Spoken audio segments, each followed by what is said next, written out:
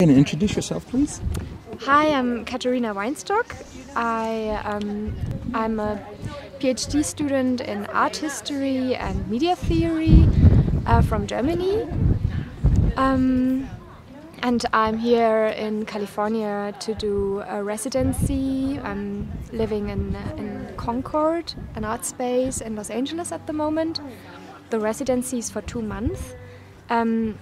And in that time I want to do research in the Getty Research Center using their resources on surrealism, especially surrealist magazines. And I'm very excited to find out more about what was going on in Latin America and about the surrealist journeys through to Latin America. And that's one part of my project, of my stay here, and the other part is trying to create a link between my historical research in surrealism and contemporary art, because as an art historian I'm most interested in what's going on in the here and now and to make sense of it. And I believe that surrealist concepts, aesthetic concepts, are still at work in contemporary art practice. And when I say surrealist concepts, I do not so much refer to surrealist formalism. I don't think of Dali's paintings or Magritte's paintings or surrealist sculpture, but I think of surrealist literature, especially André Breton, who was the head, head of the surrealist group in Paris in the 1920s and 30s.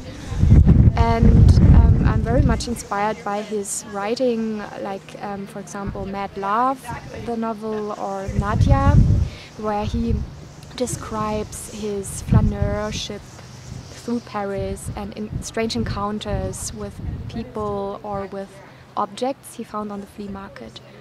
And also in these novels he kind of defines aesthetic concepts which also inspired other surrealists. What are some of the aesthetic concepts you're talking about? One aesthetic concept one concept is the marvelous, and the marvelous is basically, he doesn't really define it. He talks by using examples of his own life. So, for example, to be really precise, I like to tell the story about his most paradigmatic found object. So once he tells the story in Mad Love that one morning he wakes up and he has this verbal impression, like some words which just echoed in his head, and the words were Le Cendrier Cendrillon, and that means Cinderella ashtray, which makes no sense, of course, because it's an automatic subconscious phrase, and all these automatic processes. Stream of consciousness? Yeah, it's just like the surrealists were very interested in what happens when you don't think about it and don't take control over your thoughts. So he had this strange phrase, poem-like phrase in his mind, and wanted to put the phrase, like somehow transform it into an object. He wanted, and then he asked his friend Alberto Giacometti, who is the well-known sculptor we know today still. He asked Giacometti to build a Cinderella ashtray. But Giacometti somehow didn't find the time to build the ashtray, and then they forgot about the whole thing. And one day they went to the Marché aux Puces, which was a very good big flea market in the periphery of Paris. And there Breton felt attracted by a wooden spoon. A peasant, a beautifully manufactured wooden spoon, which had a little shoe, a little female shoe on its handle. And when he tells the story in Mad Love how he then buys the spoon, takes the spoon home into his studio, and then reflecting upon the spoon, he finally realizes the spoon is like an automatic response of the real world to his automatic phrase. So the spoon is the Cinderella ashtray in a way, because of the Cinderella shoe at the handle. Of course, it's all the way he explains that this object is like exactly the translation of the phrase, he doesn't explain it in a logical way, because it's surrealism. It's all about free association. But the concept was the same, just the expression of that concept was different. Instead of an ashtray, it was the spoon? Yeah, it's a bit, I mean, it's, I think it's more about